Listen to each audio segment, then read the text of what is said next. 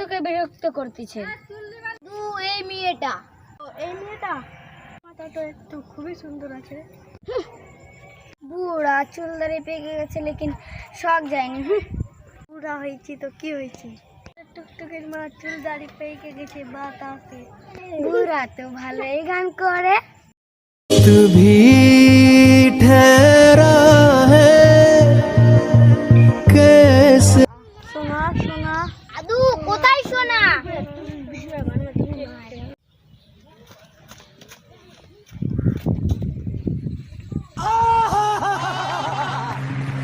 সোনা সোনা চলো।